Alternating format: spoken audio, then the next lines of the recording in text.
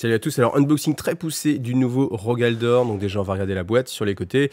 Pourquoi je vous montre ça, c'est aussi pour les revendeurs, parce que c'est sympa de savoir comment on le met en magasin, et vous voyez cette face là noire, c'est vraiment tout bof.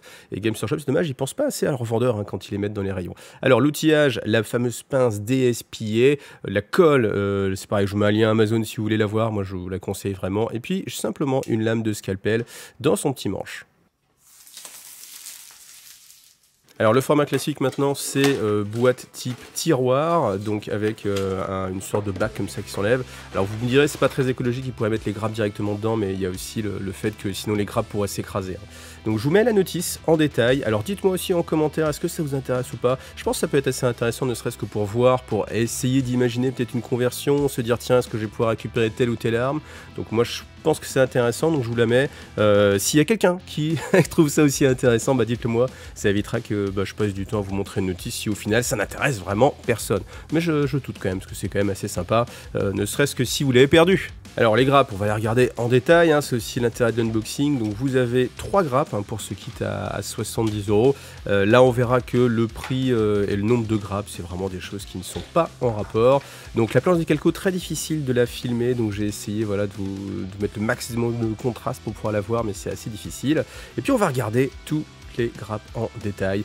Donc elles sont extrêmement bien définies. Gros point positif, c'est sur les lignes de moulage. Je trouvais que sur ce kit là, les lignes de moulage étaient vraiment très fines, même sur des parties rondes comme le fût de l'autocanon qu'on voit sur la gauche. Il n'y avait presque pas besoin de limer. Enfin franchement ça passait très bien. Pareil l'antenne, moi c'est quelque chose qui m'a traumatisé. Là on la voit à gauche là. Ça m'avait traumatisé sur les Cadiens là. Franchement je l'ai limé histoire de dire, mais voilà. Alors vous avez des grands segments de chenilles. Faire attention parce qu'elles sont un petit peu différentes. Vous voyez sur les patins de droite, elles sont un petit peu différentes. Donc pensez bien à soit les dégrapper au fur et à mesure pour ne pas les mélanger. Alors il y a des détrompeurs, mais malgré tout, voilà. Donc vous avez aussi plein de petites têtes qui sont totalement compatibles avec les Cadiens qui sont déjà sortis. Donc ça c'est aussi très positif pour diversifier un peu votre Astra Militarum. Et puis voilà, on voit toutes les petits packs d'armes, etc. que j'aurais pas mis moi sur mon tank, vous le verrez pas. Mais c'est aussi des choses qui peuvent faire des pions objectifs, qui peuvent habiller un diorama. Voilà, c'est le genre de choses vraiment sympa aussi.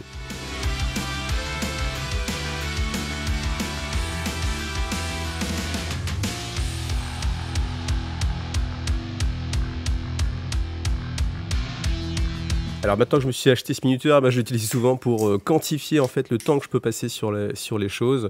Donc c'est pareil, si c'est un truc qui vous intéresse, je vous mets le lien aussi sur Amazon, c'est un lien affilié comme ça.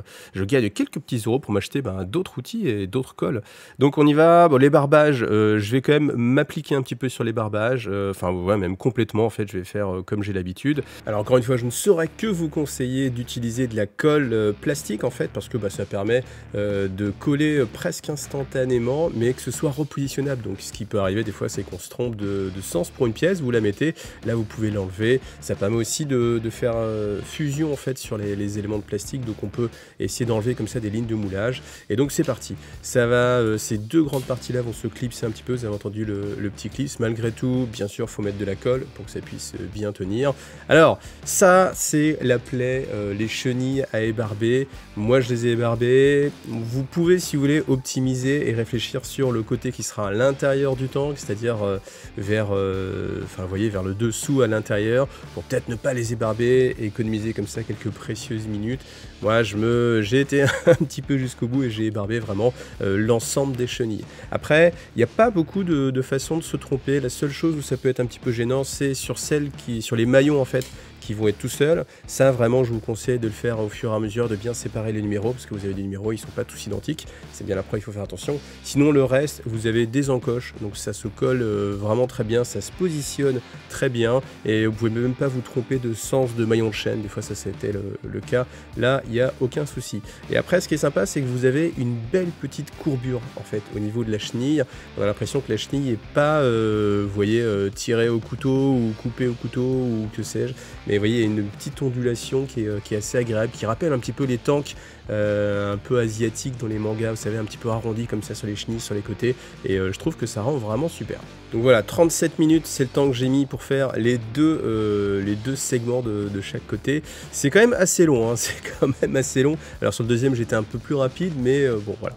Alors ensuite, vous voyez, l'avantage de la colle plastique, c'est que dès qu'on a positionné une pièce, elle tient directement, on peut manipuler, et ça tient suffisamment pour pouvoir construire l'ensemble. Alors ce que je vous conseille par contre à cette étape-là, c'est d'attendre avant de coller et d'avoir vraiment tous les éléments en fait du châssis. Pourquoi? Parce que si vous collez une première partie, après vous regardez la notice, vous dites bon ok, étape suivante, il faut que je prenne telle pièce, la pièce à l'arrière, vous la découpez, vous les barbez, vous venez la coller et ainsi de suite, et en fait il y aura beaucoup de temps qui va passer entre le moment où vous allez mettre eh bien, les premières pièces du bas et la pièce par laquelle vous allez terminer. Et ce qui peut se passer, c'est qu'il peut y avoir en fait, eh bien, vous voyez, l'angle peut ne pas être bon en fait.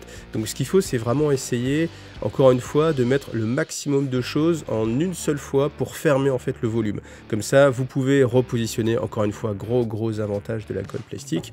Et puis, comme ça, clac, vous voyez, sur ce dernier segment, si jamais il y avait quelque chose qui était mal collé ou quoi que ce soit, il y a encore moyen de venir le corriger. Donc vraiment, en fait, cette étape-là, regardez la notice, ça c'est un conseil vraiment qui sera là tout le temps, c'est regarder la notice assez loin, plus que juste l'étape sur laquelle vous êtes. On vous dit étape 5, découpez une pièce et collez là, mais attendez, regardez peut-être jusqu'à l'étape 10, découpez toutes les pièces et puis soyez prêts justement. Ce sera aussi valable hein, pour la tourelle. Donc là en fait en dessous, il y a un gros trou, donc c'est pas une pièce qui est manquante, mais tout simplement c'est pour gagner de l'espace hein, sur la grappe, parce que c'est vrai que sur le volume, enfin l'espace que ça prend sur la grappe, ce serait beaucoup de petites pièces perdues, donc moi ça me gêne pas. Et puis encore une fois, ça donne une excuse hein, pour ne pas peindre le dessous, vous verrez ça sur la suite. Donc là, des petites protections qui viennent sur le côté. Vous voyez qu'on s'approche quand même presque d'une heure de montage. Alors, les petites cheminées à l'arrière, ça aussi, on peut gagner du temps sur les barbages. Je crois que celle-ci, c'est un des seuls trucs que j'ai pas ébarbé, étant donné que vraiment, avec la pince qui coupe vraiment très près, on n'a pas forcément besoin. Et puis, c'est des choses qui sont cachées. Ils ont quand même fait attention à ce que les points d'injection soient vraiment cachés le plus possible. Donc ça, c'est vraiment sympathique. Les petites protections, voilà. Voilà, une heure de montage. Alors là, vous avez les petites ouvertures, en fait, les petites vitres comme ça sur les côtés. Vous pouvez les mettre ou pas. Moi, j'ai décidé de les mettre. Pourquoi? Parce que ça va rajouter un petit peu de couleur, en fait, quand vous faites des optiques. C'est pas très long et ça rajoute, en fait, le petit détail visuel. C'est pareil avec les phares devant. Vous mettez une petite optique, une petite touche de couleur et puis votre figurine, elle est un petit peu plus jolie. Donc, après, plaque de blindage, voilà, avec aussi le petit aigle impérial. Ceci, ça va décorer. Encore une optique. Alors là, par contre, je vous conseille vraiment de la peindre peut-être avant de coller cette pièce-là. Moi, j'ai collé cette pièce-là, mais du coup, c'était très difficile après d'atteindre la pièce. Alors, la tourelle, encore une fois, vous avez vu, j'ai mis toutes les pièces de côté pour faire exactement ce que je vous disais. Quand il y a un volume, et d'autant plus sur la tourelle comme ça, qui est assez petite, et où toutes les pièces viennent se mettre les unes avec les autres, avec pas forcément que des angles droits, eh bien, il faut vraiment avoir toutes les pièces. Vous pouvez profiter des deux ouvertures pour tenir le haut de la tourelle, voilà, et puis venir passer. Moi, je viens comme ça avec mon doigt, essuyer tout ce qui dépasse avec la colle plastique. Alors faites attention, parce que dès que vous avez de la colle plastique, pensez à ne pas laisser des empreintes. C'est pour ça que je donne toujours un petit mouvement avec le doigt pour enlever la colle. La partie qui va soutenir en fait le canon n'est pas collée, parce qu'on vous demande de ne pas la coller. Alors sur les jonctions comme ça, sur les canons, je vous conseille par contre de mettre vraiment beaucoup de colle plastique. Et vous allez dire que ça va déborder, mais oui, c'est ce qu'on veut en fait. On veut que ça déborde sur les côtés, que ça fasse des bourrelets, parce que c'est ce qui va vous permettre après, quand vous allez venir enlever cette ligne de moulage, et bien d'avoir fait fusionner les pièces et d'avoir un cylindre qui est très lisse en fait. Donc voilà, n'hésitez pas. Par contre, attendez bien quelques instants. Vous voyez, moi j'ai vraiment mis le canon de côté, je l'ai serré pour que le bourrelet vraiment se crée et que la matière fusionne le mieux possible. Parce que voilà, c'est pas parce qu'on vous dit mettez le canon à cette époque-là, on peut le faire dans une dizaine de minutes plus tard, et puis comme ça permettra d'avoir une pièce bien plus jolie. Alors j'en parlais tout à l'heure, mais là je trouve ça vraiment dommage en fait de ne pas pouvoir interchanger en fait les tourelles. Il aurait suffi de pas grand chose, hein. C'est assez facile de faire quand même quelque chose qui se clipse. Là ça tient pas du tout, hein. Il n'y a aucune possibilité, il faudra trafiquer avec des aimants. Alors cette partie à l'arrière, cette petite grille, c'est celle qui permet aux Cadiens de venir tenir une mitrailleuse, on l'a vu derrière la tourelle. Alors oui, certes c'est une réalité historique, maintenant on m'a aussi dit que la plupart des gens sur le champ de bataille ne l'utilisaient pas, même si c'était une possibilité créée par les tanks. Et puis on comprend hein, que les mecs préfèrent être à l'intérieur de la tourelle tourelle pour canarder, plutôt que juste derrière. Donc moi je colle en fait cette pièce-là, voilà, qui ferme la petite grille. Alors j'ai choisi aussi pour gagner un peu de temps, j'aime pas trop les bonhommes en fait, c'est pour ça que j'ai fermé en fait toutes les écoutilles. Gros point positif ici, c'est que vous avez une petite encoche à l'intérieur qui permet en fait d'être bien aligné en fait, parce que ça m'est déjà arrivé avec tous les autres écoutilles que j'ai pu coller, d'être un petit peu décalé, de devoir les remodifier. Là au moins il n'y a aucun souci, donc c'est très malin. La deuxième écoutille, c'est pareil. Celle-ci, elle est sympa parce qu'il y a plein de petites verrières aussi de l'autre côté. Vous pouvez peut-être aussi attendre avant de la coller parce qu'après, c'est assez difficile de venir peindre et venir faire des effets d'optique sur celles qui sont au milieu de la tourelle. Donc ça aussi, vous pouvez attendre. Alors sur le dessus, vous avez 3 points d'attache pour 3 accessoires. Donc moi, j'ai choisi de mettre le projecteur un peu plus sur la gauche afin qu'il soit plus facile à peindre aussi parce que j'essaie de coller vraiment un max de trucs avant de pouvoir les peindre. Alors l'antenne, j'étais particulièrement content qu'il n'y ait pas beaucoup de débarbage à faire parce que sur les parties internes du tore, ça aurait été vraiment compliqué. Voilà, le petit accessoire à l'arrière, on ne sait pas à quoi ça sert, mais ça peut faire une sorte de gyrophare, mais je ne pense pas que ce soit le cas. Le petit canon, voilà, qui vient se positionner devant. Et puis, moi j'ai choisi de mettre un max d'armes, donc au lieu de mettre les projecteurs, eh bien j'ai collé en fait les adaptateurs pour pouvoir mettre après soit mitrailleuse, soit fuseur. Vous avez les petites attaches en dessous, voilà, vous pouvez les régler pour qu'elles soient bien parallèles. L'avantage de la colle plastique, encore une fois. Les petites décorations derrière aussi, les petites attaches. Alors ça a l'air de rien, mais vraiment ça habille vraiment le tank et moi je trouve que c'est vraiment très mignon. Alors les bidons, ça c'est pareil, c'est quelque chose que j'ai laissé de côté en fait pour pouvoir peindre assez facilement les côtés en fait des pots d'échappement. Et puis voilà, c'est une petite pièce qui se peint facilement après. Alors qu'on approche des 2 heures, il y a un choix à faire, c'est est-ce qu'on met les jupes de protection sur les côtés ou pas. Alors en termes de règles, ça change un petit peu, donc vous pouvez le voir, mais étant donné qu'il y a aussi un protège-chenille sur le dessus, on peut aussi s'en fiche en fait, dire que c'est le protège-chenille sur le dessus qui compte et que les jupes sur les côtés après, voilà, ça n'interfère pas en termes de jeu pour ceux qui sont adeptes du WYSIWYG. Donc comme ça rappelle vraiment le Ben Blade, moi j'ai voulu les mettre et puis je trouvais que ça rendait un peu plus sympa, ça blindait un petit peu plus le tank, et comme j'ai choisi de ne pas mettre les protèges sur le dessus, eh bien je me suis dit que c'était quand même une bonne option. Alors les tourelles sur les côtés, bien sûr, moi j'ai envie que mon tank soit le plus blindé possible d'armes, donc du coup je mets les tourelles. Alors faites attention à cette petite pièce droite, il y a un sens pour la mettre, faites bien attention, il y a une petite encoche, l'encoche vous la mettez vers le haut.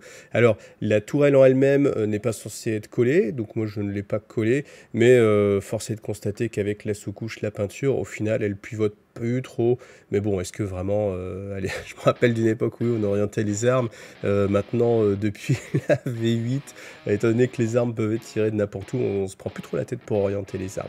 En tout cas, vous avez ces 2 tourelles sur les côtés, alors je pense que là aussi il y a moyen de jouer avec les aimants, par contre il faut vraiment le penser avant de construire la chenille sur le côté, pour pouvoir mettre un aimant à l'intérieur. C'est quelque chose qui paraît assez facilement faisable. Moi, depuis pas mal d'années, en fait, je me suis décidé à plus trop monter mes figurines, étant donné qu'au final je me rendais compte que je jouais toujours avec les mêmes options. Donc voilà, 2 tourelles de chaque côté pour lui donner encore ce petit côté familier avec le Leman Russ. Devant les fuseurs, donc ça, ces pièces là en fait elles peuvent être amovibles assez facilement, contrairement à d'autres pièces, vous pouvez si vous voulez ne pas les coller. Pareil avec le canon, vous voyez le canon il tient parfaitement aussi en place. Allez, plus que quelques petites décorations, donc voilà, les fumigènes sur le dessus, donc là on est obligé de les mettre, puisque ça fait un trou, ça fait vraiment assez moche. On peut enfin coller le canon, donc voilà, le canon qui a eu bien le temps de sécher, donc comme ça j'ai pu facilement enlever les lignes de moulage sur les côtés et faire un beau cylindre.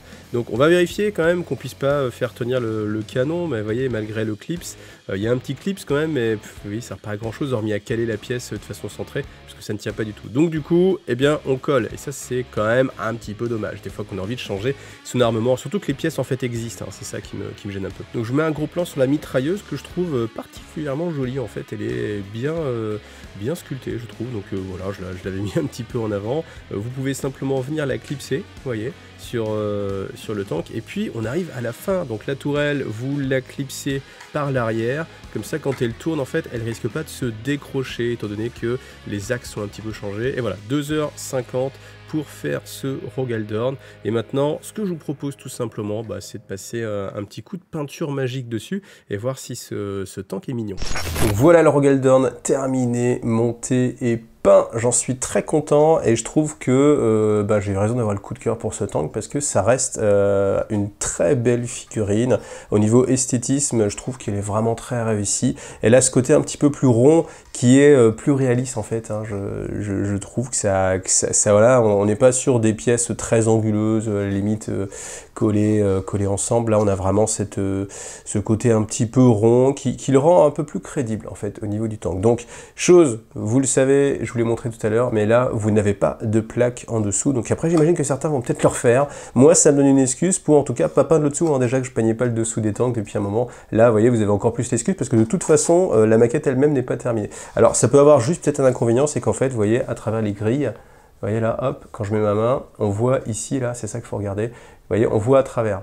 Donc après, quand il est posé, bon, on voit pas trop, mais s'il y a un petit peu de lumière qui vient, on peut voir. J'imagine aussi, après, ça peut faire des trucs sympas. Hein. Vous mettez en fait un petit encens à l'intérieur, vous avez de la fumée qui va sortir par là. Bon, je pense qu'il y a moyen de faire des petits dioramas assez sympathiques. Alors ensuite, gros point dommage pour moi, c'est les armes sur les côtés, sur les tourelles. Elles sont pas interchangeables, faut les coller, sinon elles tiennent pas. C'est assez dommage, ou alors faut mettre un système de magnettes, etc. Mais c'est galère, alors que dans le Leman Russ, c'est fait pour pouvoir être enlevé et mis très facilement. La même chose avec le canon principal. Le canon principal, il est différent avec son bouclier. C'est-à-dire que vous avez deux boucliers suivant le type de canon. Et on pourrait tout simplement l'enlever, le remettre et ça se clipse. Et bien en fait là non, ça se clipse pas, ça tombe, donc c'est dommage. Il vous conseille aussi de ne pas le coller. Le problème si on ne le colle pas, c'est que le canon va avoir tendance à pointer vers le bas. C'est un petit peu ridicule. Moi je préfère un canon un petit peu plus dressé comme ça vers le haut. En plus je trouve que ça lui donne un petit côté comics qui est assez rigolo. Voilà. Que dire de plus? Alors ici par contre, ces armes-là, elles peuvent être interchangées. C'est-à-dire que vous avez soit fuseur, soit mitrailleuse. Vous pouvez l'enlever simplement et le mettre. Par contre, attention, vous ne pouvez pas remettre le petit feu ici. Normalement, vous avez une optique comme ici. Soit vous mettez un projecteur, soit vous mettez ce système-là qui permet de mettre les armes. Donc les armes sont interchangeables, mais si on ne veut pas mettre d'armes, en fait vous allez avoir un trou. Vous ne pouvez pas remettre après ou alors il faut bricoler. Par contre, ici, là, le canon, il peut se changer assez facilement. En fait, il se clipse. Là, il y a assez de résistance, surtout une fois que vous avez sous-couché et tout, qu'il y a un petit peu de peinture. Là, par contre, ça va tenir. La mitrailleuse, là aussi, elle est simplement clipsée. En fait, elle est faite pour être clipsée. Donc, comme ça, vous pouvez mettre l'option ou pas. Et puis, vous voyez, sur le côté, moi, j'ai choisi de mettre les jupes parce que je trouvais que c'était plus joli plutôt que sinon, il faisait un petit peu nu. Il y a les protège-chenilles sur le dessus. Alors, ils ont des petites encoches, on peut les mettre. Vous pouvez tout à fait choisir de les mettre ou pas. Moi, j'avais envie de, justement, par rapport à mes Leman Russ et tout, j'avais envie qu'on voit vraiment toute la chenille. Je trouvais que ça faisait un côté plus tank, en fait. Et puis voilà, donc ça, c'est un choix un petit peu personnel ou après, en termes de règles. Ce qui est dommage toujours aussi, c'est bien sûr les pots d'échappement comme ça vers le bas. Ça, la logique est un petit peu étrange, étant donné que les tanks sont prévus pour aller un petit peu en mode tout-terrain. Donc, s'il y a un petit peu trop de boue qui part, bon, ça va être un petit peu dommage. Voilà, les petits bidons qui rappellent le look du Baneblade, et puis on va le comparer. Alors on va le comparer avec d'abord le Leman Russ. Alors ce qui est assez amusant, c'est quand je l'ai peint, j'ai dit ah tiens, tu vas voir mon nouveau tank, et puis elle a fait bah t'en as déjà plein des comme ça en fait, et je dis bah non regarde, et j'ai mis celui-ci à côté, et vous voyez on est vraiment sur le même type de châssis, hein. Ça se ressemble, alors c'est pas la même taille, mais c'est le même look à tel point que pour moi le Rogue Aldorn c'est l'équivalent d'un Space Marine Primaris par rapport à un Space Marine classique, et je me demande même si c'était pas la volonté en fait de Games Workshop de vous faire un nouveau Leman Russ, mais qu'en fait ils se sont dit oh, on va l'appeler Rogue Aldorn et puis on va vendre un kit de plus à tous ceux qui ont des Leman Russ déjà, parce que vous voyez on est sur la même chose, hein, hormis bon voilà vous avez deux armes en plus histoire de dire qu'il est plus gros, mais grosso modo c'est quelque chose qui pourrait être assez similaire. Par contre l'inconvénient je trouve c'est que il y a vraiment une différence au niveau du look très marqué et que ça se marie pas très bien. En fait, quand je les vois côte à côte, honnêtement, on pourrait croire que c'est deux tanks qui viennent d'un jeu différent et qui sont pas à la même échelle en plus. Là, on a l'impression que l'échelle est un peu plus grande, qu'un humain serait un petit peu plus grand par rapport à ici. Et ça, c'est un petit peu dommage. Et c'est encore plus vrai quand on met tous les tanks ensemble. Tout à l'heure, je vous montrerai tous les tanks réunis pour voir un petit peu la taille, pour pouvoir comparer. Je trouve que là, c'est vraiment flagrant que le Rogaldorn, il dénote vraiment. Alors, l'arrière, vraiment beaucoup plus travaillé, donc c'est vraiment très sympa par rapport au Lehman Russ. Et du coup, le Lehman Russ, vous voyez, bon, il fait assez simpliste, hein, du coup. Alors, bien sûr, on s'attendait à ce qu'il soit plus petit que le Baneblade, mais alors après, en termes de hauteur, on n'est pas très loin, vous voyez. Si j'essaie de les mettre un petit peu côte à côte, on n'est pas très loin en termes de hauteur. Par contre, après, en termes de surface, là par contre, bien sûr, ça n'a rien à voir.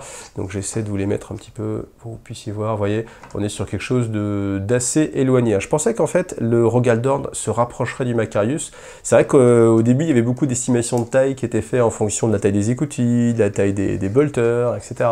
Mais quand on les voit en vrai, enfin, on a eu tout. On a eu à un moment donné, il était presque aussi gros que le Baneblade. Puis il y a des moments donnés où il était presque de la taille du Lehman Russ. Au final, il est vraiment entre les deux.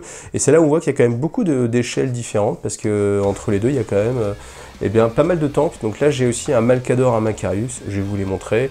Mais vous voyez, encore une fois, en termes de look, là encore, franchement, j'ai l'impression que c'est pas la même échelle en fait. Là, on a vraiment l'impression que c'est un tank super lourd avec beaucoup d'armes, surtout le mien, hein, parce que j'ai mis les doubles tourelles sur les côtés. Donc là, tu as vraiment l'impression que c'est une sorte de forteresse volante. Alors que là, on a juste l'impression que c'est un tank assez classique en fait, mais très gros. Voilà, et c'est ça qui dénote un petit peu. J'ai vraiment l'impression que c'est voilà, que c'est du Primaris, et que du coup ça choque un petit peu. Voilà, bon, je l'ai déjà dit, mais je vais vous montrer à côté du Macarius. Donc voilà, le Macarius de chez Forge World. Genre, je pensais que c'était le Tank Games qui allait remplacer le Macarius en termes d'envergure et de taille. Et vous voyez, on n'y est pas du tout. Alors après, le Macarius, il est très faible en termes de puissance de feu. Le Rogaldorn est supérieur dans cette configuration-là, en tout cas. Mais en termes de taille, et ben voilà, le Macarius l'emporte assez largement. Hein. Vous voyez, c'est même pas du petit détail. On est vraiment sur quelque chose de beaucoup plus grand. Vous voyez, encore une fois, là, on est sur un look qui se rapproche du Baneblade. Là, on est sur quelque chose de vraiment relativement différent. Comme si même on avait changé plus ou moins d'époque. Là, on était, peut-être c'est un peu ça l'idée, et encore, la plus proche des tanks de la Seconde Guerre mondiale. Et encore, il y a des éléments qui font penser au tank, au premier tank, celui qui s'appelle vraiment le tank. Alors que là, bon voilà, c'est beaucoup plus carré. Bon, c'est juste un petit peu dommage, mais vous voyez, on est sur quelque chose d'assez différent. Je vais vous le comparer par rapport au Malcador. Alors le Malcador, c'est aussi un tank de chez Forge World, donc là je l'ai remis à côté du Lehman Russ. Pourquoi? Parce que c'est vraiment un Lehman Russ plus long, vous voyez, on est sur les mêmes chenilles, quasiment la même coque, mais il est plus long. Et c'est un peu dur de trouver sa place, justement, encore une fois, avec le Rogaldorn. Vous voyez, on a l'impression que c'est pas la même armée. Hein. Là, vraiment, c'est quand j'ai mis le Malcador à côté, où j'ai fait, voilà, il y a quand même un petit truc qui gêne. Voilà, j'espère que cette vidéo vous a plu. N'hésitez pas à me dire en commentaire, vraiment, les passages que vous avez préférés. Est-ce qu'il y a des passages qu'on peut sucrer? Moi, ça me fera gagner du temps, puis ça permettra d'améliorer les vidéos, pour vous faire des vidéos de plus en plus sympathiques. En tout cas, c'était un unboxing, je trouve, assez profond, hein, parce qu'on va jusqu'au montage et peinture de la figurine. Donc ça, c'était un petit défi que je m'étais fixé.